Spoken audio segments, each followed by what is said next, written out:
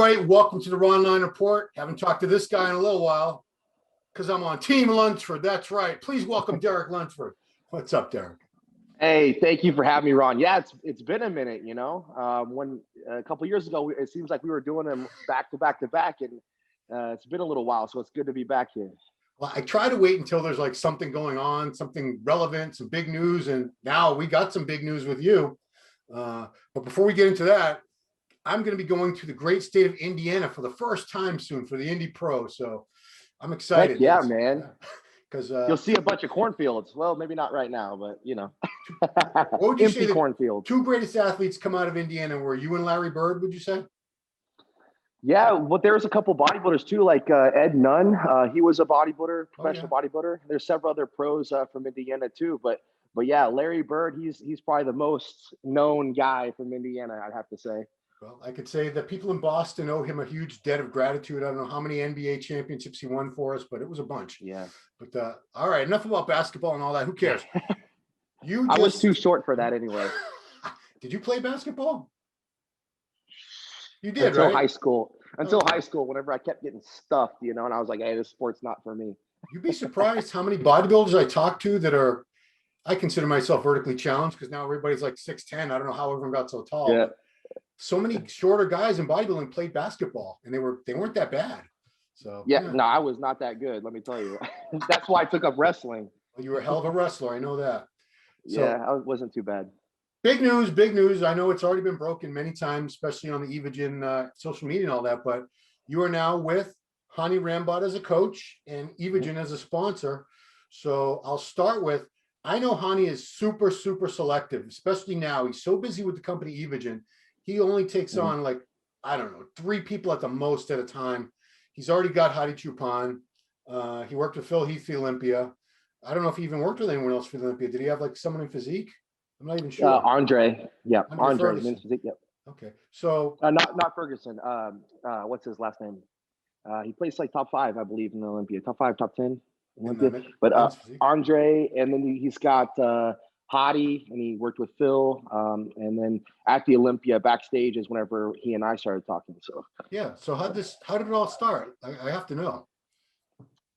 I think it's a pretty cool story, so I just want to go ahead and tell it. So the first time I actually seen Hany in person was at the Evogen booth at the Arnold Classic in 2016. Oh, wow. So 2016, I was still an NPC competitor. That year I was a middleweight. So you can imagine how far away I was from where I am today, at the Olympia level. So I was with my girlfriend at the time, Jelson, and I said, hey, let me go speak to him real quick. I want to say something to him. So I ran over to the Evogen booth and he was working. I was like, hey, Hany. I was like, you think you can make me the next Mr. Olympia? And that's exactly what he was like, haha, that's funny. And I wanted to get a laugh out of him, to be honest with you, because who wouldn't have laughed at the time, And so I said, basically, I'll see you again, And I call it that ignorant confidence where I said, when I first started bodybuilding, I just knew I was like, I'm going to put the work in. I'm going to get to the Olympia. I'm going to be a pro. And so the next time I talked to him was actually backstage this year at the Olympia. And that was the first thing I went up to him and said, you may or may not remember this, but in 2016, I came up to you at the Evogen booth and we had a little laugh, and I knew we were going to talk again one day. And so here we are. And I just thought that was a pretty cool story because for me, like I said, that ignorant confidence that I just wanted that little bit of a laugh so that would make me work a little bit harder to get to where I am today, working with him now as an athlete. So. Yeah. So how do you go from saying hi to him backstage to, like I said, he's very, very selective because he has, I don't think the guy sleeps. I bet he sleeps like 3 hours a night or something at this point. I know. Between the business and the baby and all that. So how did the process go with you becoming one of his athletes that he coaches? Right. Well, so, I was loyal to my previous coach as far last several years in Olympia. I thought we brought great packages each year, something a little bit different, but it just seemed like there's another level that I needed to hit, or I need to hit.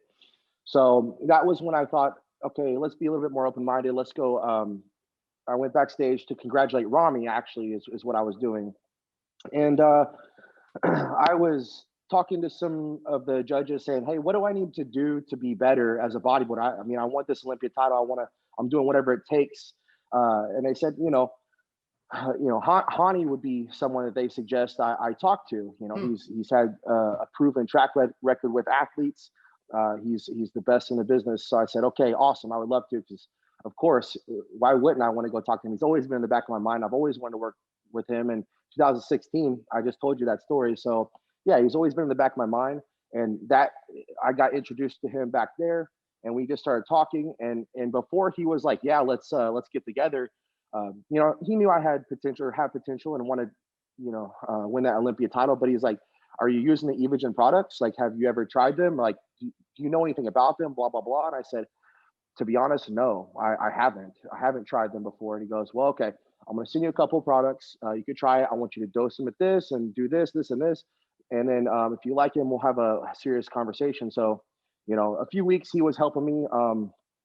But at that time, we'd already started kind of working together, kind of like as a coach athlete.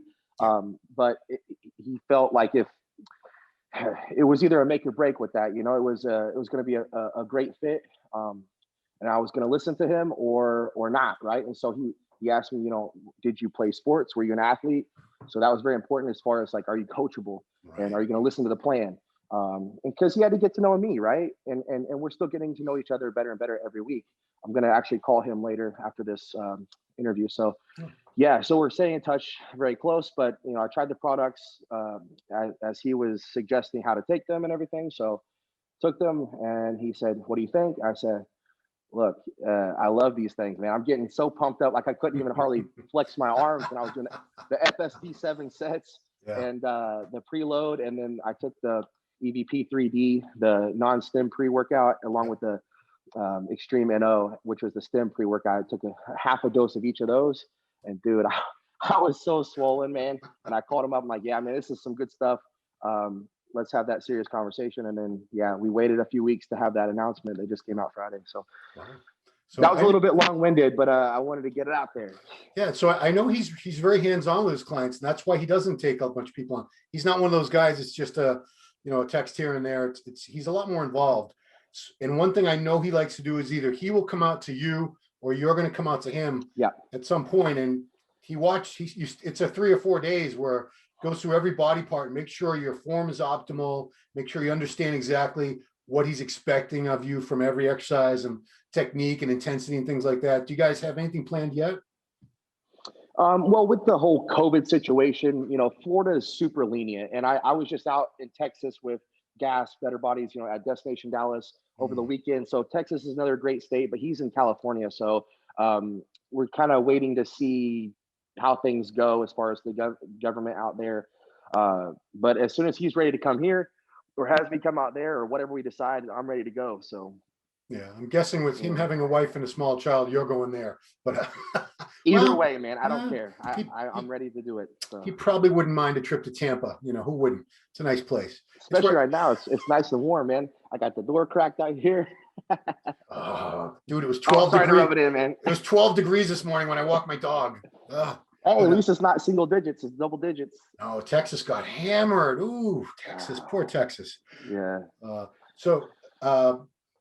I know Hany also likes to, he'll evaluate a physique because it's not just about getting you in shape. He wants you to have a physique that's Olympia worthy. Right. And what was it? Has he done that yet? Is he evaluating, saying, you need this, you need that, here's what we're going to do, and here's what you need, and here's how we're going to make it happen? Yeah, of course. Actually, it's kind of crazy you say that. I sent him updates again on Saturday when I was in Dallas, and he messaged me right away and was saying, like, nitpicking my physique to the T. And I had to literally look at my phone, look back and go, how is he seeing that? Because I don't even see that. You know what I mean? I'm my worst critic, I feel like. And I was like, you know what? And I shared it with my fiance. I was like, look at this again. Did you see what he just said? He pinpointed that just so perfectly. So I was like, this is awesome. And then he calls me up and says, hey, when are you training legs again? I want you to do this, and this. And I was like, all right, cool. That seems kind of like a lot, but I'll do it, whatever. I love to train. I want to get better. I want to be my best. And he goes, oh, and then throw in this, and this too. And I go, All right, cool, man. And then update me again in 2 days So or in another day. would legs be the main focus, or are there other areas that he wants to really bring up? Yeah, definitely. We're working on bringing up the legs more and more. Just keep hammering the legs. We want to work on that chest thickness as well. I feel like they've already been brought up tremendously along with other body parts. But I mean, as long as he keeps saying move in this direction, I'm going to keep working. So Yeah, he's extremely critical. He does not give out a lot of praise because praise just makes you complacent anyway. Because I Yep. remember one of his clients, it was a pro, and I'm not saying their name out of for any reason that I can't think of who it was, but I remember him telling me I was sending him update shots one morning. We were like 5 weeks out, and I was so happy because you could see some glute striations. And he comes back, "Why is your ass still fat?" That was his response. But he said, yeah, he's a perfectionist. He's always chasing perfection. He always wants you to come in because think about like Phil in those years. Phil was dominant. That guy was just almost impossible to beat. Right. Hany at his best, like second night at Olympia, or both nights last year, the Olympia before that. Yeah, I mean, the condition is something, that's been the knock on you. I don't think so much legs. I think your legs have come up a lot. They could be a little more because you're so wide up top with the shoulders in the back. When you have that kind of width up top, you need crazy thigh sweep to balance out the X frame. But I think condition, you've come in great condition. There's no doubt. But it's always, it seems like a couple times there's been a little bit of blur or something you spilled over. Mm-hmm. I feel like, you just missed it by that much. A couple times I think you would have, I don't know, I still get shit for saying you should have won that Olympia in 2019. People still think I'm a fanboy because I thought you had Kamal beat. But if you had been a little sharper both times, I think you would have had him at the 2019 Olympia. Right. But there's just, I don't want to argue the conditioning term, but I will say, because I mean, I have followed everything to the T, and I think this last year I was just almost like a little bit too conditioned if you think about it. But so I think the term condition is more or less peaking properly, having the right type of fullness with the right type of body fat. You know what I mean? So being that extremely low body fat, but also being able to allow the muscles to pop by being full and round and that 3D look that Hany always goes for. So I don't think it's a problem with the food necessarily, or sorry, like dieting down. It's more or less those last few weeks and the last few days to where it's like you really got to play that nice balance because every time it seemed like every time I was losing weight, I was looking sharper and sharper, but then I would get to that weight and get a little smooth again, sharper and sharper, and then smooth again. So it was almost like I was just like losing muscle along with the fat. So I think Hany's done a great job with every athlete in all the divisions. So adding on a 212 guy like myself, I think he's gonna bring me in just right. Yeah, and just to echo what you said, because if you look, this goes out to anybody out there. If you follow the progress pictures of Derek and the other top Olympians, at like a week out, the body fat's off of all of them. Everyone gets as lean. It's not, you guys are at that level. You know how to get down to shredded glutes and all. You know how to do that. It's the last few days, like you said, water, carbs, sodium. It's trying to strike this crazy balance. It's almost impossible to hit in that window of time. Probably even harder in a window of time when you're backstage and you think you're going to go on at 7 o'clock and you end up going on at 11 o'clock or something like that. As this last Olympia went on, oh my God, that was a late night. Oof, that was a late night. Two late nights. Yeah, you were judged Friday night. All right. Huh? It was exciting though, right? It was exciting. Year. We got out of there at like 1 a.m, both nights almost. It was ridiculous. I think so, something like that. But yeah, I mean, so far in your career, what pro show do you really feel you nailed that perfect balance the best? Because it is so hard. I would say my best was at finals on 2019. Okay. Yeah. 2019 finals, I thought I looked very full and round and bubbly, but had brought a tight package. But the prejudging is kind of what hurt me. So to be honest with you, I don't know that I've nailed it 100% yet. I brought a great package. That's what I was saying. Each year I brought a great package, something different, something worthy of being in the mix. But me at my best, that is what I'm striving for, what I've strived for every year. And I'm super excited about this year, man. I mean, as soon as I made the announcement on my social media after Evagen posted it and everything, man, my phone just would not stop. And friends that were former competitors were like, "Oh, I'm back in it now, man. I'm gonna start watching you again and this and that." So yeah, it's funny how you can be 2 years in a row, you're runner up at the biggest show in the world. Then you drop down just 2 places, and immediately a lot of people are like, he's done. How old were you at the Olympia? 26, 27? I'm 27. Yeah. Yeah, 20 to tell a 27-year-old guy that's still you haven't done that many shows. You're still in your infancy as a pro. It's just crazy. But that's how fickle the sport is. When you win or you do really well, everyone's your biggest fan. And then they turn on you so quickly. That's It's really nice. I'm glad you mentioned that, because it's really nice to be able to experience that at an early age, because we talk about such a fast rise and all the hype at an early age. We don't think about the setback at an early age either. And I think that has done me more than the fast rise. So I was able to take inventory of the people around me and who really had my back and was really there to support me and pick me up.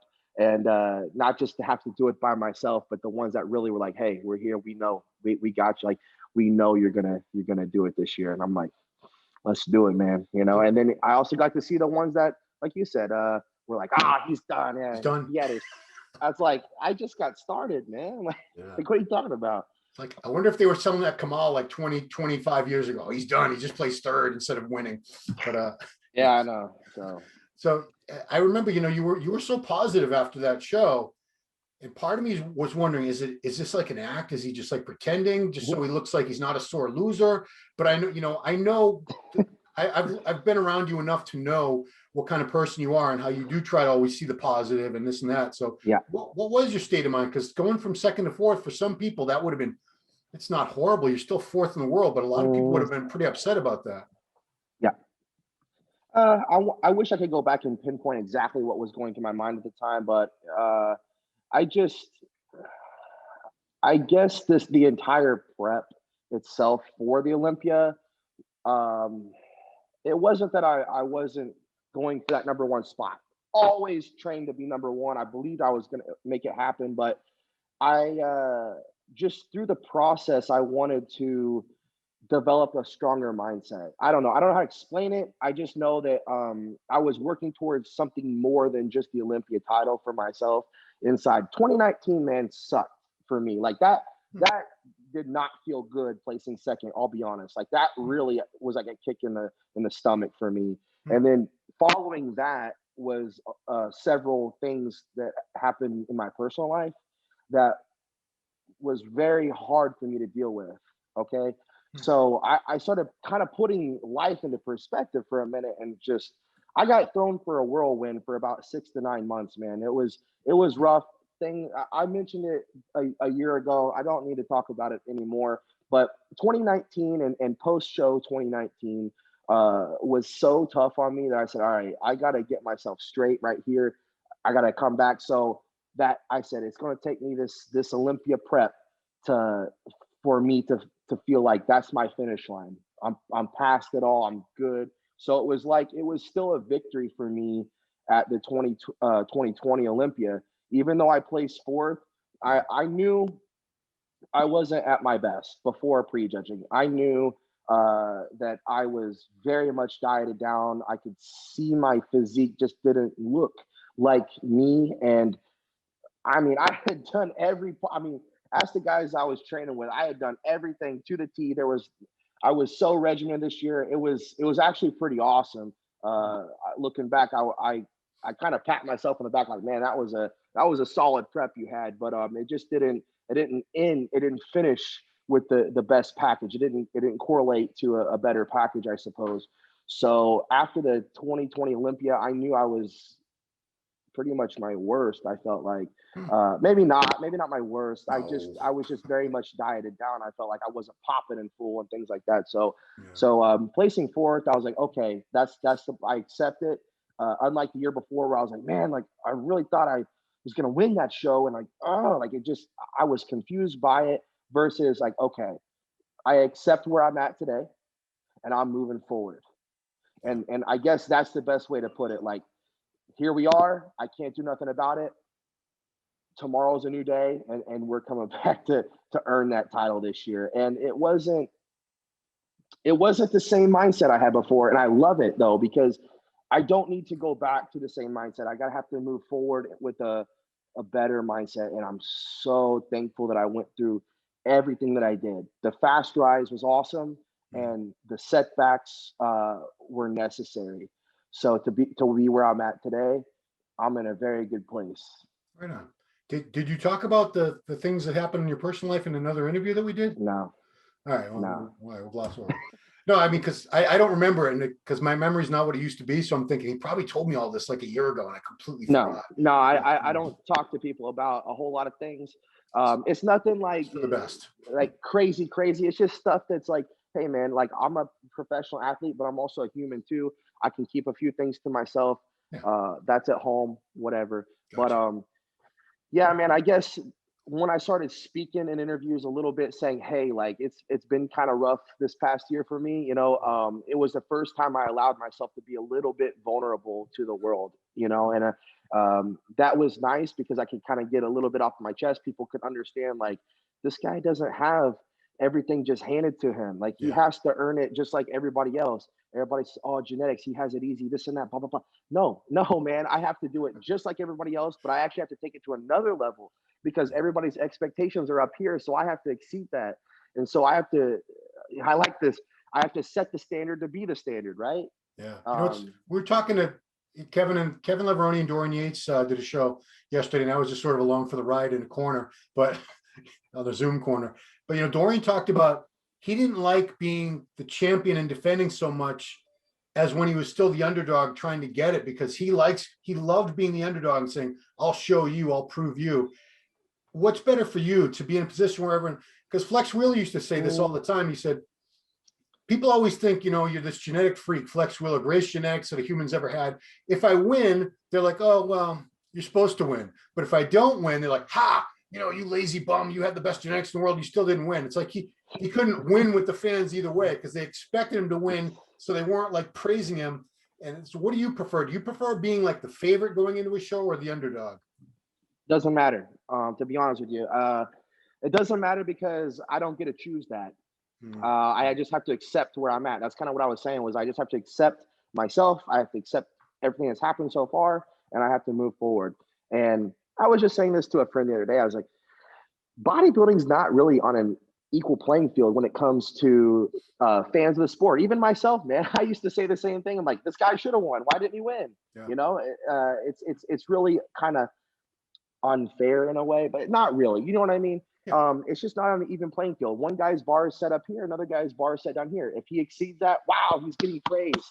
Yeah. You know, and if this guy if he almost hits it, but doesn't, it's like, wow, this guy sucks. Why doesn't he do better than that? He has every tool at his disposal, and he just can't do it. It's like, look, like I love the fact you said it. Every single guy at the Olympia is giving everything. They do everything to the best of their ability to win that title, man. And that's just what I was saying to you, is that I have to set the standard to be the standard, because the bar is set very high for me. The expectations are at all-time high, especially now.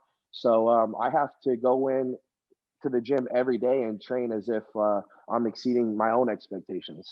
Now, we haven't talked since the Olympia, I don't believe, right?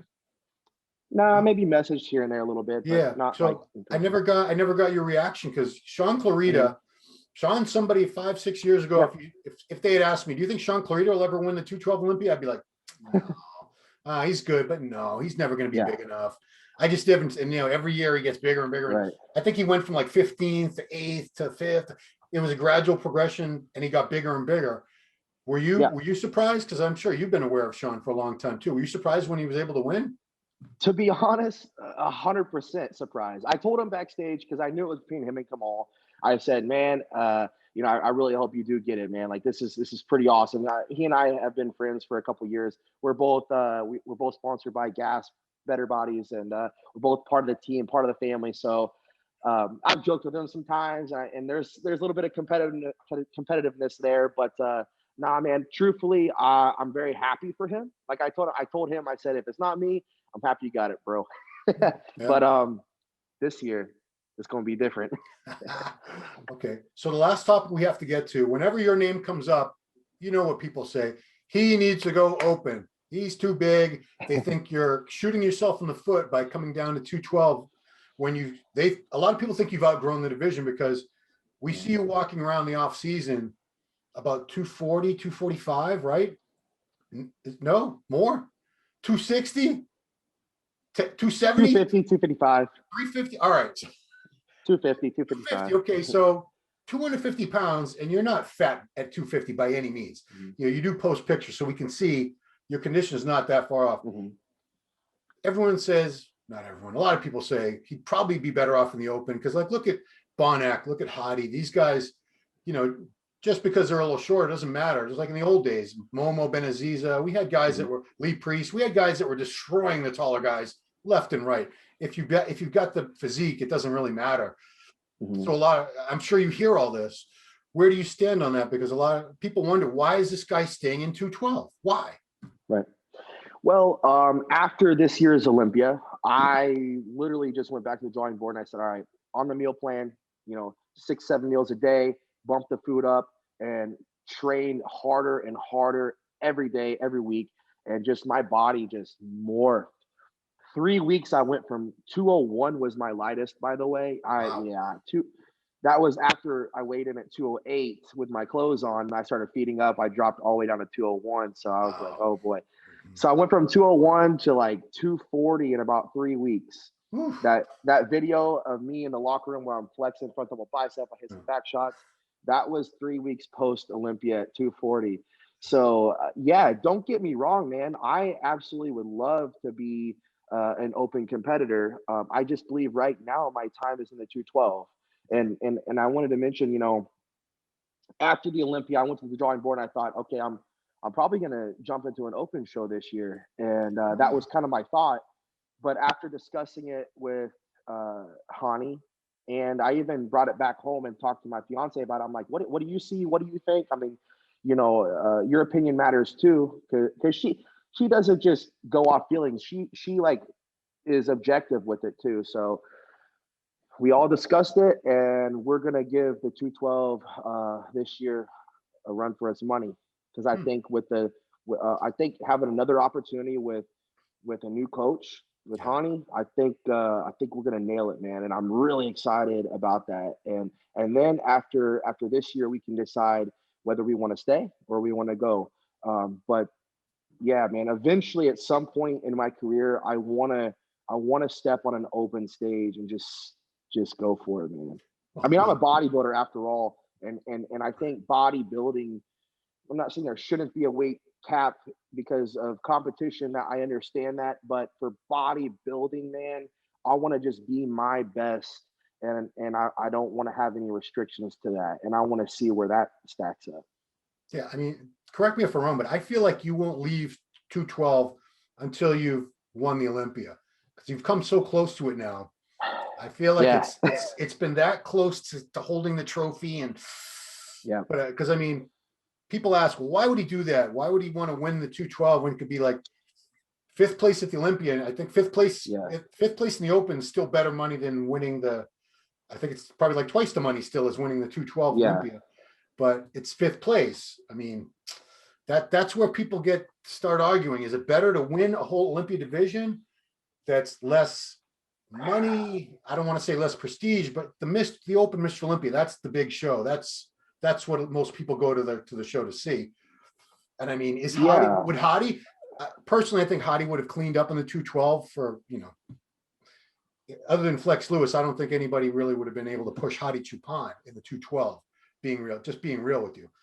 But wouldn't it be better to be 2nd or 3rd at the Olympia? I don't know. It's a tough question. What do you think? Well, as a competitor, I have my own goals. And I think that's what's important is I think I have to assess myself and am I okay with giving up that opportunity to be the 212 champ? because if I move on, that's it. Yeah. You know, I'm moving on. And I really, to be honest with you, thought for the last couple years I was gonna keep growing into the open and just keep, you know, thinking maybe 230, 240 on stage would be my all-time best. Yeah.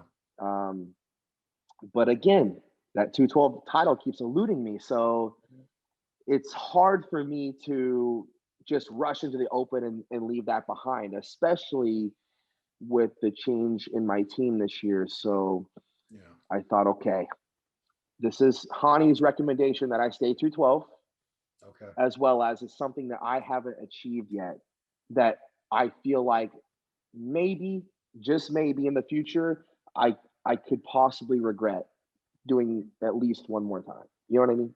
Yeah. I mean, let's say you did the Olympia this year. I guess you'd have to, would you have to, yeah, you'd have to qualify for the Open still, wouldn't you? I would have to qualify for the Open, but Right. not for the 212. Yeah. So let's say you did that and you jump in and, you know, Flex Lewis is up there, Big Ramy. It's a tough show. Let's say you get, I'm gonna be real with you. Let's say you get like 7th or 8th place at the Mr. Olympia your first time, but then you're watching the 212 and like, oh, I could have beat him. I could have won this year. Yeah, I would imagine that would suck. Think seeing a year when you could have had it looking the way you look, but you went into another division. Yeah, and it's another Right. division.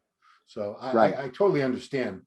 I think you want to win the Olympia. Why wouldn't you want to win the Olympia 212 first and then move on to, you know, I unrestricted? think I wouldn't be doing myself justice because I feel like I could have had 2 and possibly 3 Olympias by now had I been on point, you know. Yeah. So, but again, that's the shoulda, woulda, coulda, Yeah. and that's in the past, and it is what it is. Yeah. So again, with the switch in the coaching and the products, I think I'm going to, without question, be my best. Plus, I have such a stronger mentality, like I just mentioned. The highs, the lows, I understand things better, and I'm ready to go. And this is, like I said, actually, you know what? This is the first time I can truly say I'm doing this for me. Hmm. You know what I mean? Really? Man, I don't know, man. I had so much. I thought so much about the sport as a fan and how everything was interpreted, how I would say something and maybe somebody would take it the wrong way, or making sure that I exceeded people's expectations. Is look, man, I'm a bodybuilder because I love to bodybuild. Like this is just who I am, and I want to be my best at it. I am very fortunate that I get to do this for a living, and I ultimately just want to build the best physique for me and accomplish the goals I want to accomplish for me. Right. And so I've just kind of blocked out the noise now, and like I said, I have a different mentality, and I'm gonna come in, you know, guns blazing at my best, and it's gonna be an exciting year, man. It's Yeah. gonna be an exciting year. I mean, I'm very curious to see what Hani can do for you because, geez, I mean, look at his track record just speaks for itself, and Yeah, it's you're fortunate that he saw something in you that he feels he yeah, wouldn't have taken you on if he didn't think you were going to be a very good client and coachable, which you are. You were an athlete before all this, so I think we've talked, me and Hani, about former athletes make the best coaching clients yeah, because other guys, they're like they just don't take instruction well. They're not coachable. yeah. They'll cheat on their diet. They'll argue with you. They think they know more than the coach. And in that case, why do you even have a coach? I don't But understand that. Yeah, that's exactly what I think. I'm like, why do you have a coach if you're just gonna do it yourself? yeah, because Does there that are. make any sense to you? No, I Because know it doesn't guys me. that they don't follow their diets that the coaches give them. They don't follow anything, and they're hitting me up and they're hitting like 20 other guys. I'm like, dude, if you hired a coach, stop asking 20 other people if you think this is good or you should do that or that. Yeah, exactly. You're wasting one Hundred everybody's percent. time, your time and the coach's time. Anyway, but yeah, I'm very excited to see Yeah, what this collaboration will bring. And the Evogen yeah. stuff, man. I used to love that EVP. What do they have now? EVP 3D? What's Are the you name? talking about the pre-workout? Yeah. What do they have now? Yeah, there's a stem and a non-stem. Okay. The stem is EVP Extreme NO, so Yeah. it has the energy, the focus, and the pump. Whereas the EVP 3D is just the non-stem with the pump. And dude, I do just one scoop Mm. of each of those, and it's like dude, I'm full blown in the gym. It's unreal. And then actually, there's another product too. It's a glycerol, liquid glycerol, Oh, boy. and yeah, and at first he didn't have me taking that. It's called EVP AQ. He had me not taking it, just the pre-workout, and then he said, "All right, do a half a cap," which a half a cap is 10 grams. And I did that. I'm like, geez, man. And then I did 20 grams, which is a full cap, a full dose. That's what he had me do now. And it basically, because I had questions on it. I said, what is this? Like, why do I need it? Whatever. So, you know, the 3D and the Extreme NO, it's going to basically expand the muscles. Like, it's going to shove a lot of blood into the muscles, right? And get that big pump. But basically, that AQ is kind of like a dam. Like it blocks it. It holds that the blood in the muscle, that fullness for much longer. So I noticed, like, I would come home from the gym and I would like hit chest or something. This is no joke. I would come home from the gym and I would take a shower and I would try to like get my shoulder. I'm like, oh my God, man! Like, I'm so pumped up in the chest. Like, I can't even clean myself hardly. So. Nah, man, I am loving the products. So this is the first time I've been using them for the last couple of months, and they're solid, let me tell you. Yeah, because I mean, I've seen you train. You pump up pretty well regardless. I can only imagine. Hey, can you touch your back? Yeah, man. I'm just curious. I bet you can't touch your back. I'm not even gonna try. That was about as good as it gets, man. Yeah, and that's with healthy shoulders. Oof, that's just from being as large as you are. Cool. Last item on the agenda. You became an uncle recently. Your brother just had a baby? That's right, man. So first, actually, my fiance Jelson, her brother had a baby like a month or two ago. Oh. And then my younger brother just had a baby Friday. So it's Tuesday. So yeah, last Friday he had a baby. So I'm an uncle, man. That's super exciting. And I'll be going back to Indiana to see my little nephew. Soon. I imagine you haven't seen him yet. Yeah, just happened. No, just pictures and FaceTime. But I'm super excited about that. So Aiden Reed, Lunsford. Yep. Imagine having an uncle like this, guys. I'll make him a bodybuilder. You know. Yeah, well, I mean, if people a saw wrestler you, or a bodybuilder. People saw you back in high school. I don't think they would have thought you were going to look like this one day. I didn't think I would look like this one day.